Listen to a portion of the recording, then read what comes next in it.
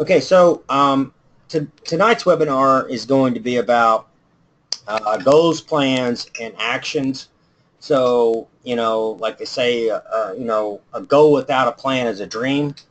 Dreams usually don't work very well. At the end of the day, it's probably actions that control everything. But if you just have actions without any goals and plans, it gets a little wild as well. And then we're going to break down the swing. We want to talk about the back wrist again today to help everybody understand what that really is and move forward. But so the basics of like goals, and I'm not going to spend a lot of time about this because there's some people that have already, in our program that have already achieved all these things, and so it's kind of like don't want to feel like I'm talking to them or over them. And there's some players that in our program that have not achieved have not achieved those, whether it be their job or what they're trying to do with their golf or their sport or whatever it may be. But when you have a goal, you're really just defining timelines. You're defining things that you love. You're defining things that you want to do and achieve and those types of things. I think everybody gets that. But you're also defining timelines. But if you miss those timelines, you're going to miss a lot of your goals. Like if you just say, okay, you're a 10-year-old golfer and say, I'm going to win the Masters, and you don't have anything that's timelined in between that, maybe not happen. Probably not going to happen anyway as far as odds, but it could. And you want to have, timelines like, okay, we're going to have specific timelines, what we're trying to achieve in small, little bitty goals. A lot of times what happens with big goals, if you have your goals way too big, too early, you will fail. And that's normal. It's failing is what everybody's doing every single day. They're not achieving these major goals in like a day. If Mike Tyson, and a lot of the golfers we have are men, so they'll understand this, and the ones that don't, I'll try to switch this around. But like Mike Tyson, if he would have went to fight for the heavyweight championship of the world when he was 14 years old, he would have got knocked out probably within 30 seconds, and he'd have never fought again, and he would have been scared to fight ever again in the ring, period. If Tiger Woods played the Masters at the age of 10, what would have happened? It wouldn't have been, he would have got demolished. And if that was the only thing he was trying to do, that's the number one goal, to win the Masters and win all these majors, and you don't go through the chain of the process, then what happens? You get beat up by these people that are experienced, that understand how, and have not understand how to, they have done it over and over and over, and they will humiliate you, and then all of a sudden you have no confidence and you can't win. And so then therefore you lay down and you quit. So also you can look at it, and I don't want to it's kind of hard for me to talk about because of how much respect I have for this girl, which is Michelle Wie. But Michelle Wie went through a lot of that, what I'm talking about. You don't really ever see that in a lot of sports. Like it's usually pretty much like if you're that's why Mike Tyson didn't box as a professional when he's 14 or 12 or 13, because he would have got crushed and he would have ruined him for life mentally. I'm not saying physically, probably would have too. But what happened was Michelle Wie was so talented and she was so good. I believe at the age of 12, she played at a major, I believe at the age of 12. All right.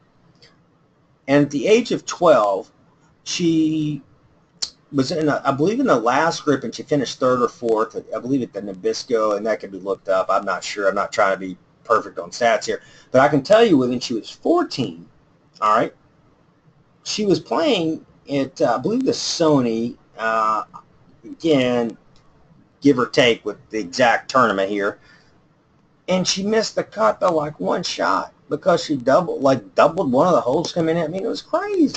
Like, I had a chance to make the cut at 14 years old. Insane. And then she tries to, again, play in, there was another tournament, the John Deere. I think she missed about one. It's like, she may have missed Sony by two. She missed the John Deere by one. A PGA Tour event. Go study and do your research and see the players that have tried to play there, like Annika. All right, look at her. Look how close she came to making the cut when she was at the peak of her career. All right, and then go study Michelle Wie when she was just getting started, and it's insane. You're going to be blown away, because Michelle Wie at the age of 14 had the chance to make a cut in a PGA Tour event that people spend their entire life trying to even get in the event, and she was in the event, and she missed the cut by one stroke, period. That's it. But from humiliation, not just from that event, but from trying to play with these people, she was beat up. No, I'm not physically, not, but mentally. And you can't do it. And so you have to go, there's a route, and it's the same with all of us at 50, 40, 60, 70, 10, 12, 14. It's all the same. How you develop yourself and how you accept, how you're going about your business is going to affect how you're going to play, period. There's just no doubt about it. And so that was one thing I wanted to talk about, is like how you prepare yourself for these opportunities. Because if you just start throwing yourself into the fire, and you start throwing yourself in there with, and I'll say it all the time, you should play with better players. No, obviously, she played with better players, but there's a difference at a certain level where she wasn't ready mentally. There was no way she was ready for that, to be able to handle the type of competition she was going to have to play against. And with that being said, she failed. And she didn't fail. I mean, she ended up winning a U.S. Open and all that. It took her years and years and years. She ended up going to Stanford and all these crazy things. And it was only because if she had took a road that was more gentle, she would have worked her way up, similar to like Iron Mike Tyson or Tiger Woods or whoever you want to talk about. You could say anybody, Annika. But when you start getting yourself too far ahead of the game and you try to jump the frog, as they say, then what happens is you end up being caught. And then when you lose your confidence, you have nothing, zero. And that's what happened. And if she would have worked her way up the chain, like all these players have done in the past, you work yourself up in small progressions, and you just understand that you end up being here at a certain point, and then it's your time. This is your time at that point, not their time. This is my time. What happened was, in my opinion, with her, was that she realized it wasn't her time, and it may never ever be her time, and then it just shocked her, just like it would everybody. If I had to go play Tiger Woods, I don't care who it is, and you had to go play him and you're not ready, and you had to play him on an everyday basis, and you think that's the route you're going to go, you're never going to develop. And so kind of goes back to what we're talking about tonight, which is going to be, you have your goals, your plans, your actions. Success is where visualizations, opportunities, and also actions meet and become one force. And so it's not just like, it's not one of those things where it's just like, preparation and opportunities. It's more than that. Visualizations, seeing it happen, and it is preparations and it is opportunities, and they all align. And all that, as you hear so many people talk about, the stars align, and the stars just don't align.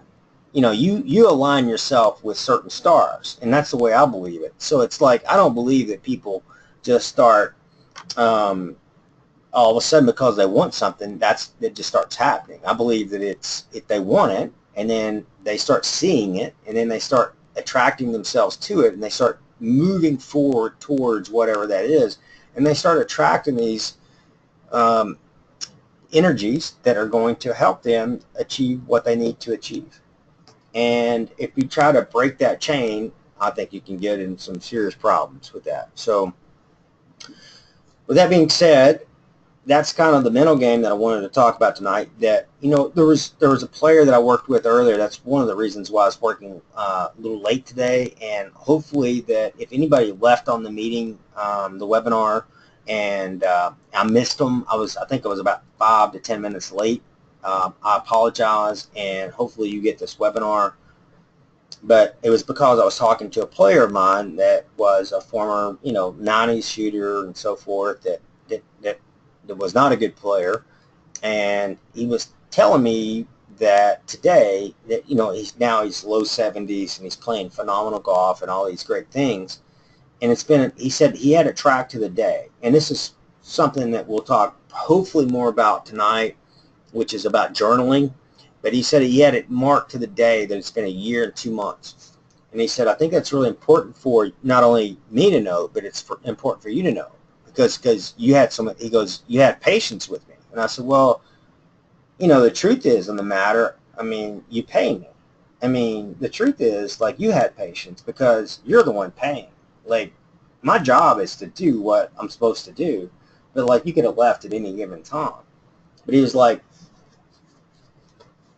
the thing was he had so much tension and tightness and things that were like not going to work and like very, very, very challenging to break up and find the internal movements that he needed to make in his golf swing. Just golf swing, this isn't even shorten it. To become a really high-level ball striker. And so I showed him all this Tai Chi stuff, and I showed him kind of the basics of it, how to get energy, how to do all these things. And it just, you could see it's like, he would do them, but it was still not transferring. And all of a sudden, he said there was a point where all of a sudden I started to feel it. And he said once I started to feel it, even though it's like I've been doing the same things to feel it the whole time, but all of a sudden I started to feel it. And then he goes, I started to understand like where the system and the philosophy came from. Like the whole thing that we do. And then all of a sudden there's these radical changes. You're talking about somebody that's bogeying half the holes and double bogeying half the holes that they play. That I thought had potential, possibly. But then what happened is that he started to understand that there was things internally that he had to find, and then you had to let time work. He goes, what I realized was like time had to be my best friend. And I said, well, and I told him today, that's one of the reasons why I was running a little bit late was because of the fact I was telling him, is like, if I was to tell somebody as a business owner that you need more time, it sounds like we're trying to sell more lessons, and we are. There's no doubt. We're trying to sell people on getting better. And if they're not better, that requires time. So it is essentially what we do. And so he was talking about, like, it was something that couldn't be forced, though. It was like, yeah, if I could have done it in 30 seconds, I'd do it in 30 seconds. It's just not. We did the same thing in 30 seconds that we did probably today. But the difference is you do it over and over and over, and then you start to understand. Even when you don't understand, you just keep doing it. If you're not understanding, that's okay. Then all of a sudden you start to understand, and then you continue to do the actions, and the next thing you know is you have a product. And that's what happened. And now we have somebody that's just insane. It's playing like at a level that never knew was possible. It happens all the time. It can happen online. It can happen anywhere. We see it at both places. But time is your best friend. And what most people do with any style, not saying ours, not ours, or not saying anybody else's, what I will say is what most people do, and the mistakes that they make are they're so scared and they're so tentative that they squeeze time. They force time, and professionals do the same thing. This is both. So what they do is they come in and they force time. You can't do it. It's impossible. If you're ready, you're ready. If you're ready, then what's the problem? So I told a tour player the other day, I was like, if you're that good, go do it. Go freaking do it.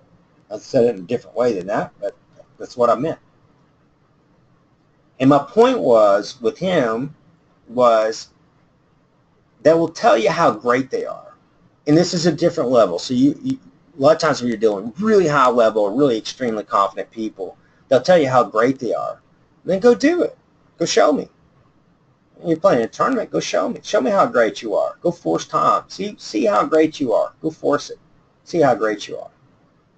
And what they'll end up doing is coming back with their head tucked and going, I'm not as great as I thought I was. And they'll never say it like that. They'll just say they had a bad day, which is smart. But they're not ready. And most amateurs aren't ready either because they're trying to force Tom. You have to allow Tom to do what Tom does. And then all of a sudden, as we say, things start to heal up. And it's there. And then you're not forcing it anymore. You're not trying to go win a tournament. You're not trying to force, or I shouldn't say trying to win a tournament. You're not trying to go out and win a tournament when you know for a fact you're not ready. It's just not going to happen. You're going to end up frustrated. You're going to end up frustrated more than you were before because you're not ready yet. And so our point is I was telling this player, is like, you're trying to fake out. You're trying to fake yourself out. You're trying to fake out what you're doing. You're trying to fake out the process. You're not going to fake the process out. It's not going to happen. And therefore, what happens is what's normal. They don't play to the level they can. Then all of a sudden, things change. And this player that I was talking about, all of a sudden starts to understand, like, I just got to relax and let go. And when they do that, that's when you start to understand, like, how much talent's really underneath the hood and what they're capable of and what's possible. Like one of the players that we work with that came to us, that was a tour player that was very, very, very, very close to the edge of quitting golf. And rightfully so, because they weren't good, because they were brainwashed with a lot of instruction that was from a lot of different people to make their swing perfect. And what ended up happening is they ended up with this beautiful golf swing. The golf swing was fine, beautiful. The player was not good. And they came to us, and within 2 months they had a first, second, fifth, and a sixth. And also have qualified now to get into the Valero Open. And it's a player that had there was no way that was ever going to happen. Now, he did that by two ways. We went after the brain, the mental side of the game, which was number one. And number two was we went after the physical side of the game, because there's still, after I work on all these people and all these instructors, there's still a bunch of junk in there, a bunch of baloney that wasn't going to work. But if I would have went only technical, which was, our technical was 1% of the mental, and the mental was not going and having them doing yoga and Tai Chi and meditation and all these great things, which work. It wasn't that. It was going out and playing golf, competing, getting rounds of golf in again, and becoming a kid again and playing. And when we did that, you could sense, like, this is working. This is going to happen. I knew it was going to happen. I knew what kind of talent the player had when they started. And so we said, look, and so the other day it was a funny lesson the other day. It was like, this guy's done all these things since we worked with him, but those players are so finicky. And I'll get back into reality here in a little bit with the normal player, because it's not reality with a tour player. But a lot of these players, like, he's a tour player that grew up playing high school golf with Jordan Spieth. So he can play. This kid can play. He's not a kid anymore. And with that being said, he's got all these things, all these tools, and all these. He knows everything about nothing, like most people. And so he one of my instructors, which is phenomenal, started to work with him and get really technical in the short game. It was about just pitching and chipping and et cetera. And it was very, very, very, in his mind, very simple what he was teaching him. But it got so technical, and that the players started to lose their minds. This guy that just won first, second, fifth, sixth, all of a sudden is now like doesn't think he can ever do anything ever again. It's one day. But that's how finicky our minds can possibly be if you've ever been kind of like for in his mind, not physically beaten up, but golf physically beaten up. That's how finicky they can be. They forget about, like, they just went first, second, fifth, sixth. I mean, you just did this, and you couldn't even break 75 on an easy golf course at the, 3 months ago. And all of a sudden, you're doing all these great things, and you forget all about that, and you realize that you can't do this simple shot that they're showing you. But what that was also showing was, on our side, was that they're not ready for it. They're not ready for it. You have to be really, really, really careful as well. But no matter what, the player has to have a certain level of confidence and also get the holes in. So, I talked to one of our instructors. I talked to the instructor and I said, hey, look, here's what we got to do. All right. You have to, when I explained this to an instructor, I said, look, I gave this player to you. It's a player that is very finicky. You can't mess with their confidence. I don't care if it's chipping or putting. They're so scared they're going to go back to where they were that they will go back there naturally through fear. So you have to be really, really careful with how technical you get. I said, our lessons are 30 minutes. We don't have to do more than that. So we do lessons. We don't sell hour lessons and stuff like that. We sell 30-minute lessons. And his first lesson was an hour and a half with him. Well, what happened was, the reason why we do this, the reason why we have a lot of success, and this teacher is phenomenal, by the way, we have a lot of successes because we peak them out early. It's not about time. It's about quality. It's about time. It's about quality. If it's about time, we would teach 6 hours for one student. It's not. It's about quality. And quality is when you peak out, you get out of the way and you go let them do their job, whether they're 100 shooter or they're 70s. Doesn't matter, or a tour player. And he overtrained the player, and the player got scared that they couldn't do the shot, which they couldn't do it. And the next thing you know, this player's freaking out, like, I got the Valero and I can't get in, blah, blah, blah, blah. So I called my instructor and I said, look, here's what we got to do. You got to talk to this player, and you got to get them to play some holes, and you got to get them to forget about it. Like, it's not a big deal. Because if he goes in and plays like this, in this mindset, there's no chance. He's got no chance of ever competing, period. And so, even though you did the right thing, there's no doubt in my mind that he gave him the right information. The biggest problem that I had was too much time, and that you have to feed what they need, and you have to feed what they need at the right time, just like my mentor taught me. And when sometimes you feed the wrong things when they don't need it, you can get in behind the 8 ball, and that's what happened. And you start guessing.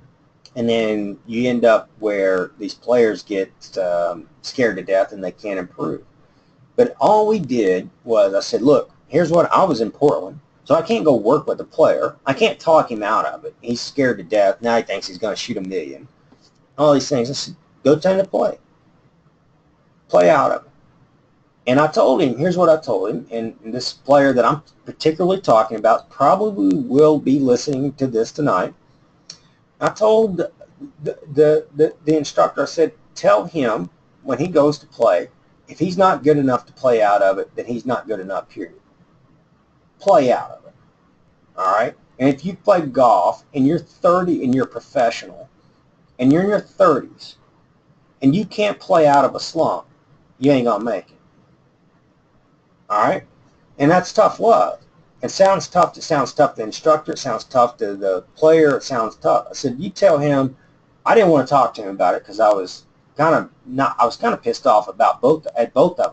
One, because this kid had just won first, fifth. He won first, second, fifth, sixth, I believe it was, and then another first. He's winning, and then he's doubting himself. So I was pissed off at him that he could lose that much confidence that fast.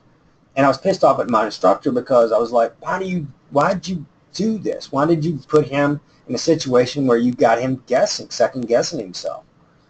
But in reality, it wasn't that pissed off because both of them, I love them. They're great. But I was still like, come on now. You guys, we got to get together here now.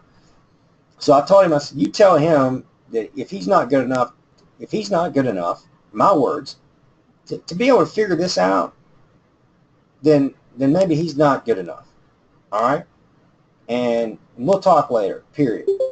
And so then, and I told Teddy, and I shouldn't say his name because Teddy's the best thing that ever happened to us for a lot of reasons. But I was telling him, like, you better be, when you're working with a tour player, you better know the whole situation. And he knew the situation, but he just made a mistake. And he didn't realize it until it's too late. And I've done the same thing, so I've done the same thing with myself. It can happen that fast. As soon as we got him playing rounds of golf, he goes out, and I said, get him playing now. Get him on the golf course. And it was freaking raining, in Austin at the particular time. We got him out, played rounds, played through it. Next thing you know, he goes out to the Valero Open, and, he qualifies. So there you go. It's a happy story, happy ending. A lot of crazy stuff in between. It's usually what most people deal with, not on that kind of basis. So my point is playing is always the way to get out of being lost in the jungle. And it always will be. I don't care what player it is. I don't care what the debate is. It's how you can, if the player will listen and they will study and they will play. Now, there's going to be players that come on. There's going to be people. There could be even teachers that could say, well, yeah, if somebody's got a weak grip and they're over the top 4 feet, they're not going to, I don't care how much they play, they're not going to get better. There's probably some truth to that. I agree, because that's what we do. We try to clean up techniques. But playing is the most powerful thing you can do. You want to be great, play golf, compete, play holes, get rounds in. That's the most, that's what you're there to do. It's going to make more sense. But if you go out and you just sit there and you go out and you hit on the range and you just try to make everything perfect, there's really a lot of good in that. But then all of a sudden you're going to realize you got to do it twice. You got to do it there, then you got to do it at the golf course. Whereas somebody that just does it at the golf course, they don't even really know what they're doing half the time when they're good, which is one of the reasons it makes them good. So we're going to look at, I've talked about the right wrist, the back wrist in the golf swing quite a bit. We haven't made the video yet. We're going to have one that we already have the video. It's the right wrist that is never going to change. The one I made where you can see it, where it talks about the hinge plate, it is what it is. If you study that, you got it.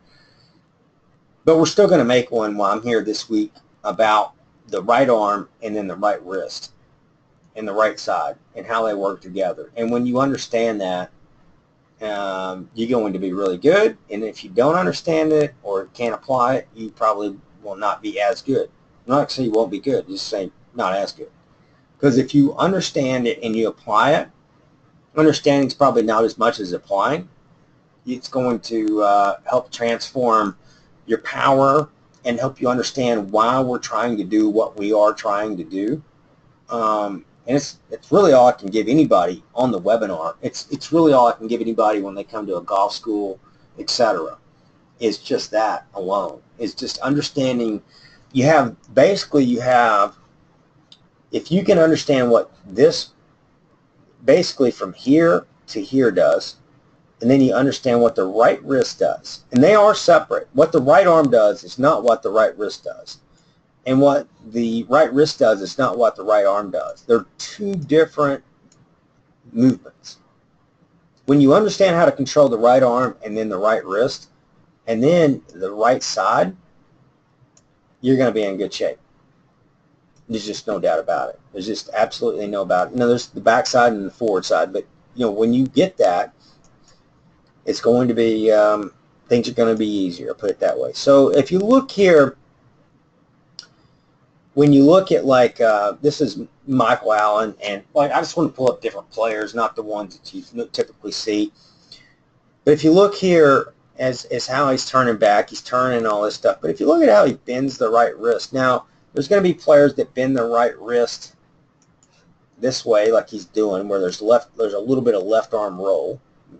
All right, but his right wrist is bent exactly like it was designed to be bent. And so then as he rotates through the thoracic and all that, then if you look, the right wrist stays bent as the arms are coming down. Now this is another thing that gets players confused, is because usually as the arms are moving downward, right? What do you think the wrists want to do? The wrists want to move downward too. they're going to move down because the arms are going to move. The arms move the wrist. So that's a propeller. That's one of the functions of the arm. The arms can open and close. They can fold at the elbow. And also they can move. They swing. They're swingers. That's why when you walk, they swing. Your arms. So, and they can swing in multi directions because of the shoulder. So they can move all kinds of crazy different directions. So as they're swinging down, though, his arm, this part of his arm is swinging downward. All right. The wrist got to stay back. And that's what confuses people, because when the arms, what do you think that what's going to happen? When the arms swing down, the wrists are going to want to come down with them. They're going to want to uncock, unbend, and everything too early. And that's where players are going to go into a lot of trouble, because as the arms fire down, so are the wrists. With the wrist fire down with the arms, you're dead. The arms got to go down, or you're never going to get to the ball anyway. So the arms are coming down, period. Now your wrist got to stay back and bent, like we talk about with the back wrist. And so that's why you see these players do this. So there's the arms swing down. You'll see the arms are swinging down. They better. You're not going to get the club to the ball. But the wrists are staying back. Two different functions. Two totally different functions. Wrists are back. Arms are swinging this way. Wrists are swinging that way. Pretty simple. But is the arm swing, and a lot of people think this is wrist cock, and we can get into that another time, but that is so important to understand that these arms are they're swingers. They're swinging down, and they're going to swing back and through on the other side. But you have to have control. That's one of the risks we talk about it. The wrists are so important, because if you don't have control of the wrist and the angles that they're on, and no respect to them, they're probably in reality going to uncock or move over or tip over or do some crazy stuff as the arms are swinging down. And that's why so many players get in trouble, because they don't realize that the arms and the wrist are not the same. They're just not. They have, your wrist can cock and they can uncock and they can bend and unbend, and then they have everything in between those. And your arms are different. They open and roll. You can't really open your wrist without opening your arms. It's just impossible. So they have different, and closing too. So they have these two different functions, and that's why we try to talk about, if you watch in the videos, and I'll see if I can pull one up here. So hopefully that'll make more sense to people about what I'm talking about. Let's see.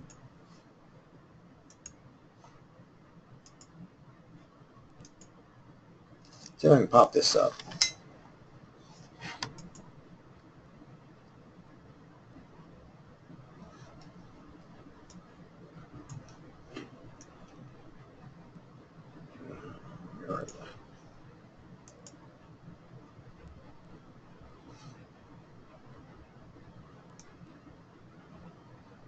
It may take a minute.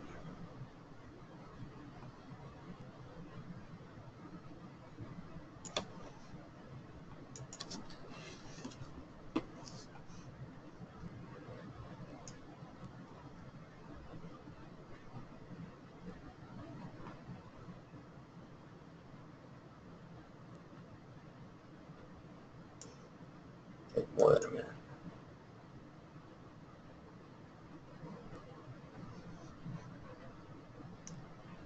There we go.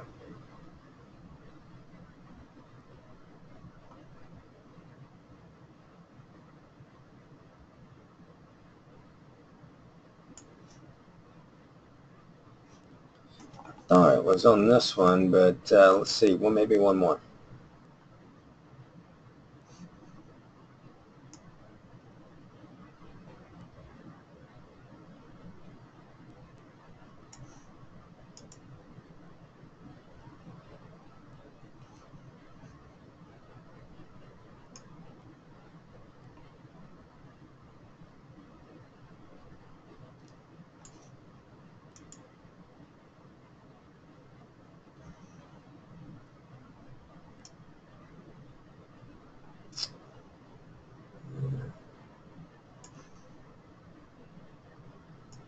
Yeah, maybe more over here.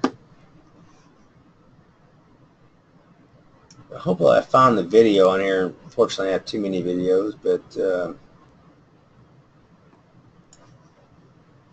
reason why I want to find the video, it's about the back wrist. And the reason why I want to find that video is just because it will help people understand what I'm really, that video really doesn't change. It doesn't really need it. Here it is.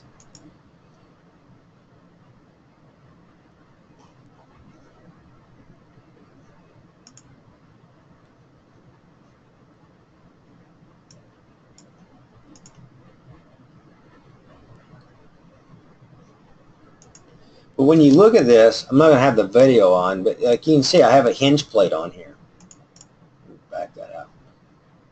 And with that hinge plate, you can see, like, no matter, I'm going to leave it on here. So if I roll it, I'm just going to talk as I'm demonstrating this. This hinge plate, is, you can see, this right, there's the control. You control the right arm from rolling, and then all there is a right wrist bend. That's it. There's just a right wrist bend. So if I'm looking at it this way, you look at the right arm as it takes the club back. It's not going to let me keep that on there. That's cocking. So people cock the wrist up over the neck. And now you can recover from there. I talk about this all the time at golf schools. You can cock the club up and over your neck. It just doesn't work very well. And then as you turn back, though, if you look at here, this is the correct way, and then there's the right wrist bend. So as you're working the right arm back, the right wrist just bends on this plate. There's no roll to it. There's no right arm roll. There's no cocking. It just, as you take the right arm back, it'll just bend on that same angle.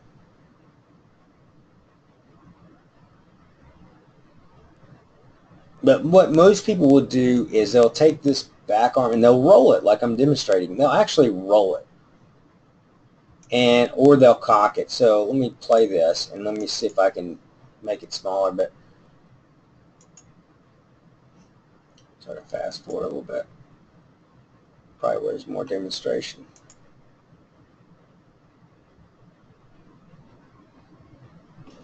It's kind of like, but that video, it's how to use the right wrist, and I really explain a lot of how that really works, how the arms dictate one way or the other, under roll, and how they dictate an over roll, like that. And you see even the hinge plate fell out when I rolled my right arm. If it was a pin, it would break. And I can't tell you how important that is. And like, if you really start to understand that, you're going to have, I'm not saying your whole golf, well, it will change. Your whole golf game will change. There's no doubt about it. But there's a little bit more to it, but there's not a lot more. Like if you get the right wrist bent correctly and you understand, you can deliver the forces into the ball so much more efficiently than otherwise. Because most people are doing that. They overroll or they cock it or whatever it may be. And I try to demonstrate how all that works in this video. Now, we're still going to make another video trying to make it. Hopefully, it's probably not going to happen this week, but I'm going to do my best to make that video happen this week. I'm going to do everything I've got to make that happen, because if we can do that, then I definitely understand, like, some people won't get it, but then there's going to be a lot of people that do. But you have to study. You can't just study somebody's swing like what I'm doing, good or bad. You have to study your swing. And that's where video like this is a very good demonstration of how that should be. You have to study your swing and video it and see where you're really at. You know, there's training and playing is different. Like we were in a golf school today, and I'm teaching this kid that's from Illinois, and he's playing fantastic. And when he came to the golf school last year, he was shooting what was it, 80s, in the 80s. And then he came to the golf school this year, and he's shooting even par. All right? So it's a major change. He's playing with imperfections, which is what everybody should be doing. You're not going to play with perfection. It's not going to work like that. What you're going to be doing is playing with imperfection. And how good can you play with imperfections? And it's like, what I mean by that, you know, I would think a lot of people would talk about Jim Furyk when he plays is probably playing with a lot of things that don't look perfect. Those are imperfections. He's got the lowest score on the PGA Tour. He's made millions, and he won $10 million in one tournament through the Tour Championship. So I could go on and on and on about imperfections, about how you have to play, you know, with them. You have to play with them. And so you're not going to look like me. You're not going to look like Jim Furyk. You're not going to look like you. But if you take some of these basic principles of the right arm or the back arm, that's incorrect right there when I was demonstrating. That would be in the video. You'd see it's like too much pull. What you would see is like you learn to play with these imperfections, but you can learn how to play really, really, really well. All right. And so what most people think is when they see imperfections in video, there's two things they think. They think, oh, I'll never be any good, which could be the case. And there's some people that look at video and they go, I don't care. And then they're like really dominant, like because they can look at it. Then there's players that kind of have a combination of both. Like, I don't like the way that looks. I know I can improve some of these basic fundamentals, and I'm a gamer too. That's your most dominant player, period. So, so I know we had a little bit of both tonight, a little bit about the mental side of the game, how to prepare, having goals and plans and actions. Actions are always going to be way more important than the first two. That's very debatable. A lot of people will tell you that without like we said even earlier, a goal without a plan is a dream. I agree with that. But somebody that takes action every day, they're doing stuff that's related to goals and plans. But I've seen people have the best goals and plans in the world, and with no action, there's nothing. It just doesn't work. So, with that being said, I'm going to open this up for questions, and I hope that we can have. Well, looks like we have a few more now. So, yeah, if anybody has any questions, just fire away.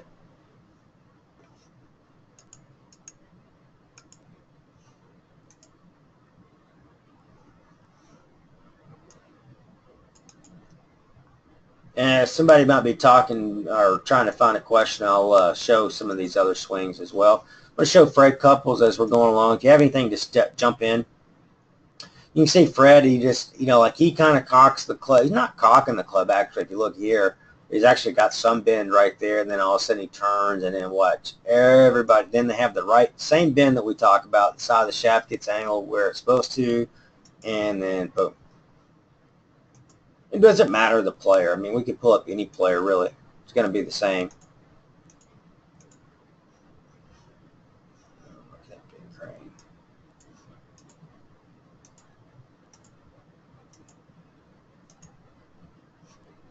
Jason Dufner. So, and you look back, there's the right wrist bend. Right wrist bend. There you go. You're going to see it with every player. You're going to see different styles and forms of it. You can see different steepness. There's right wrist bend, the side of the shaft's angled correctly. Pow. David Duval back in the day when he was #1 in the world. See if we can find Ernie. Nick Faldo's all right. Sergio. We can find this is old Sergio here. Let's find this. So you see right wrist. That's actually very close to what we teach it right there, how he's doing it. There's different styles of it, and you'll learn that as long as it's bending, not cocking. And then you'll see it drops, then it bends. Watch a little bend come back. Now, there's that bend that we talk about right off the bat. There's that pressure in that bend, and then out of here. It's had that forever. You don't have that pressure in that bend, you're not going to be probably very good.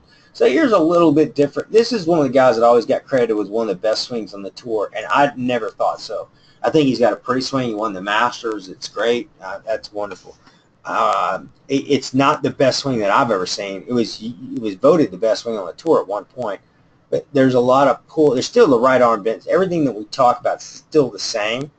But if you look about it, there's a lot of left arm roll in here. There's not enough depth in the hip. Like he's swinging more with his arms here and not enough into his hips. That was Trevor Immelman. But again, still, like, coming through, like, if you look at this part, like, oh, that's insane, like how good that is. That part, if you look at from here to there, that's just insane. But if you look at, like, going back, he was trying to make his backswing always so pretty, in my opinion, that it just wasn't very good. Like, he never loaded up enough power. Like, Dustin Johnson didn't look like that. And he would never want to, because he's restricting too much of his hips. His right knee's too flexed.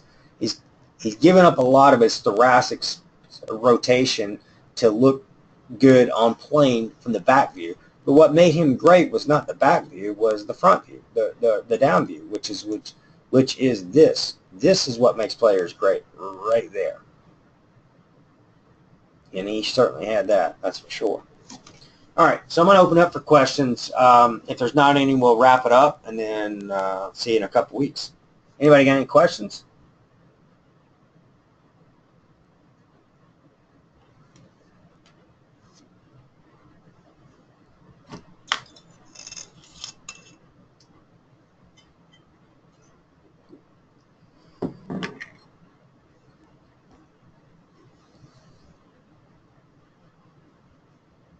All right, so hopefully we get this video made. Do my best to make this tomorrow. It'll be short and sweet.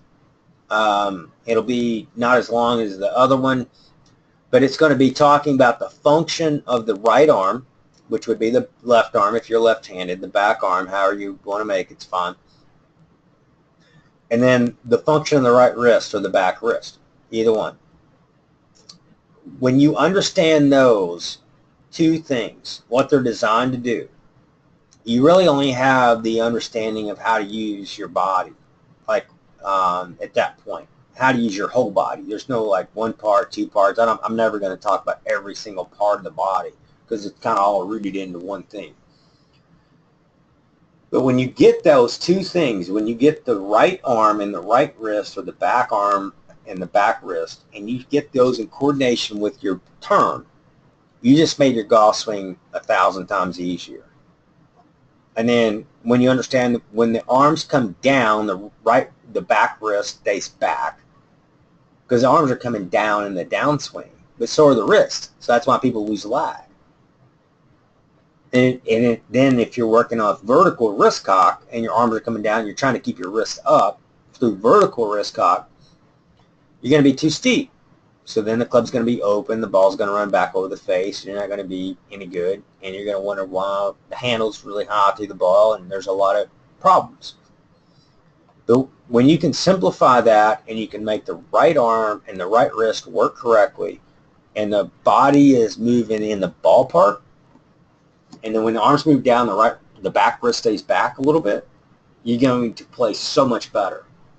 And then you can start to create confidence. Confidence creates flow. Flow can create confidence. It's which one or the other. I mean, it's hard to be confident when your body's not, and you're not striking it well. But I will say, when you get your right arm, your back wrist, or I should say your back arm, your back wrist, and also your back side to move correctly back and through, you're going to generate a lot of new confidence, and then therefore you can start to generate some new results. Very similar, and it's all relative to the player, because everybody's different talents and skill levels and things like that. But it's just very similar, like Zayla. Like, if some of you remember Zayla, like this girl that was this old video, and let me just see if I can find her.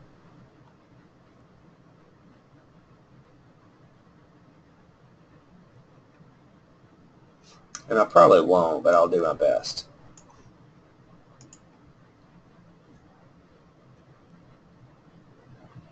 But I think I'll show you some. The cool thing, if I can one day, is I'll show you students that have been training with us and where they're at now. Oh, here it is, I think.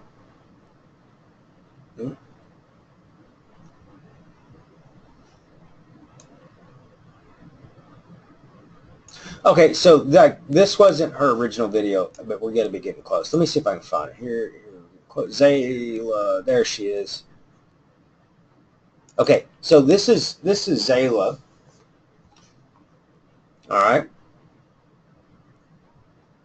See if it shows the, this was like, when was it? January 17, 2016 when it was uploaded. So there you go. So here's her swing. It's got a lot of rhythm to it. So, but don't get fooled. Way over the top. So you can see, like, there's the ball way over here. So watch this thing come down. I'm just going to stop it halfway down.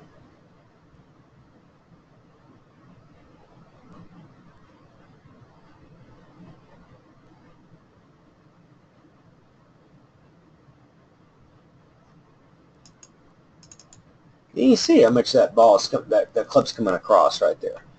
She's swinging dead across the whole time.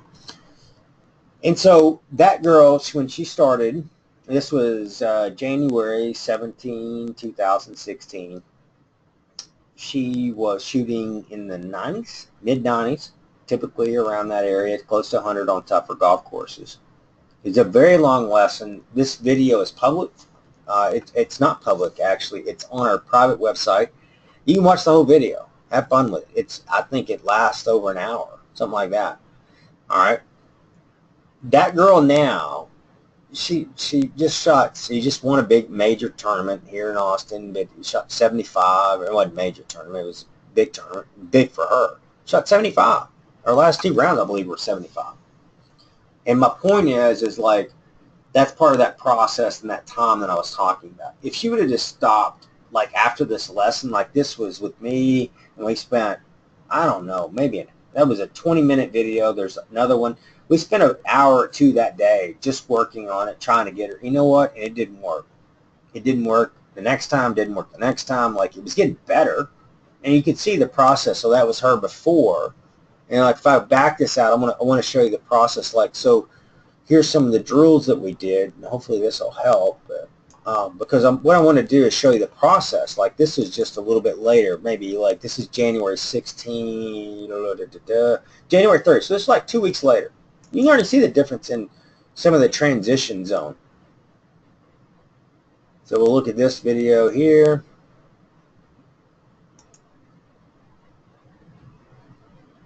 And I'm having her train. She's just dying like crazy to pull that club to the left from the top, which is really cool because she's not doing it right there.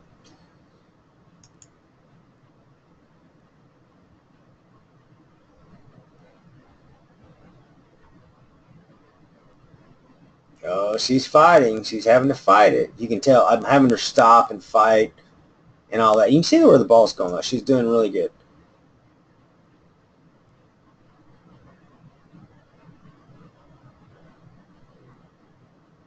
I'm showing her, like, if you pull that club out, there's where she was, right? And it ain't going to work. And then here we're having her pressurize that shaft. You can see I'm having her pressurize that shaft. And she has no idea what she's doing right now. There, at that particular point. And she's pressuring it. And then, oh, she pulled across too early.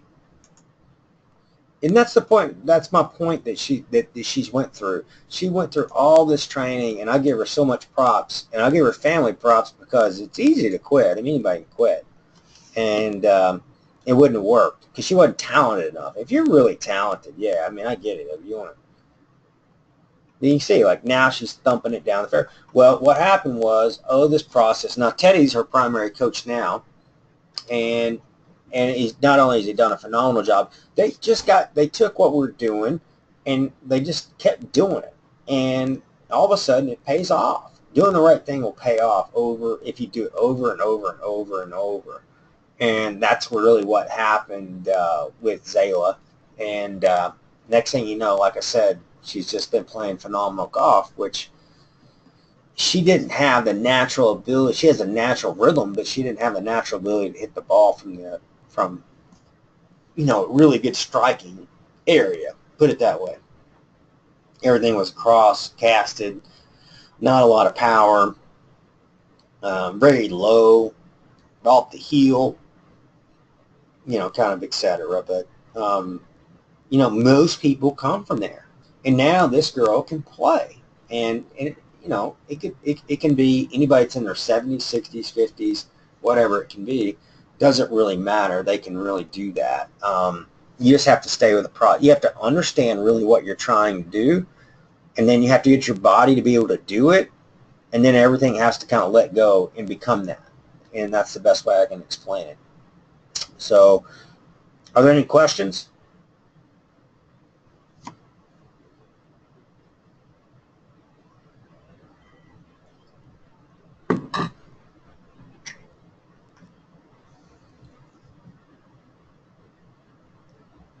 So that video I was talking about, what we're going to do, I'm going to do my best to cut that thing tomorrow at some point.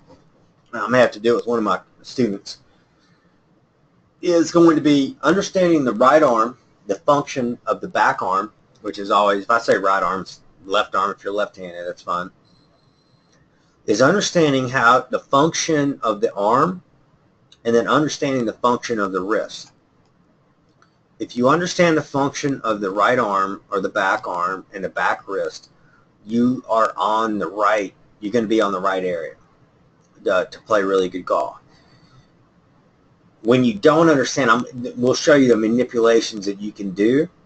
There's a lot of them. I'll show it in that other video. That video has all the answers in it that I was pulling up before about the back wrist, what the back wrist is designed to do. But I am going to pull up the right arm, the right hip, the right side of the body, and then the right wrist. And I think that'll help a lot of people kind of get what we're looking for. And all you can do is hope with that, because you have to really understand it. And we try to break it down to the nth degree, but sometimes you just have to kind of really look at it and say, okay, all right, let me give that a shot. Because what we're dealing with is not right. We don't deal with a lot of arm rotation. So there's a lot of styles of swings that deal with a lot of like so many, really, probably, I want to say 99% deal with arm rotation. So in order to play in their style, you have to have a lot of arm rotation back, arm rotation down, and in between all that, you got a time of hitting the ball. So we don't deal with that. There is no arm rotation. You're never going to feel it. I can assure you that. And so when you understand that, you got the best advantage to hit the ball solid and straight more often than what you did before. There's no doubt, because we don't create all these wild angles. We don't get the club face, 50 degrees open relative to the plane when people think that's square. Ours is pretty square the entire time when people think it might be closed. So, well, I'll help hopefully cut that video it'll be tomorrow if I do it. And so I know if you study that, you will definitely get better. And it's getting better in small zones versus, just, ramming a driver back and hammering it out. Because there's a process to everything that we do. And the process would be that I'm still a big believer in that if you can't do it from 20 yards, I can even say 5 yards. Like a good example was there was a player that came into us that's from Illinois, good player, stuff like that. Was just pull across, kind of over the top move. Well, guess what? His putting stroke does. His chipping stroke does. Everything that he does has that move. All right. So when you eliminate it in one, you start to, like Teddy, it worked with him a little bit, and we were talking, we were kind of joking, in not joking at the player, but just joking in general. He was like, it's amazing that like you said before, that if they have an over-the-top move in their driver or irons, they're going to have it in their putting stroke, and they do. They do. If you look at a cut stroke a putter, and you go watch them hit tee shots, you're going to cut them. If you watch somebody that cuts their tee shots, they're probably going to cut their putter. I'm telling you, they're all so interrelated. And then you start to move and adapt and adjust those things to where, it's pretty neutral, or they can always be a slight fade. Slight fade's no big deal. Pop, spin, fade. So, all right. So, any other questions? We haven't had any tonight, so if there's not any more, I'll wrap it up. Oh. All right, Doug. Looks like, yeah. I'll cut that. I'll do my best to cut that, because if I don't cut it tomorrow, it's not going to happen for probably a couple weeks. So and I said I was going to do it, so I'll do my best to get that out. If I don't have it out, it may not be posted until when I get back to Portland, but like if I don't have it out, go to that right wrist video that I talk about, the back wrist video. That has everything that I'm going to do in this next video, but in the next video I'm going to do everything I can to break it down even in smaller forms with using the body as well. And anyway, I hope it helps everybody. I know it will. There's just no doubt. It does every time. It does at schools, does online.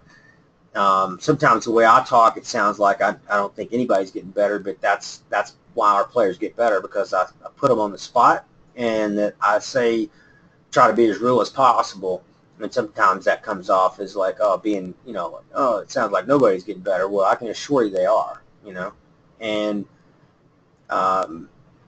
it's just that, I believe in pretty high standards, and there's a time where you give players slack, and there's times where you just push on them and lean on them, and you try to get them to get fired up, because if you don't, they won't have enough fire in their own gut to get the job done.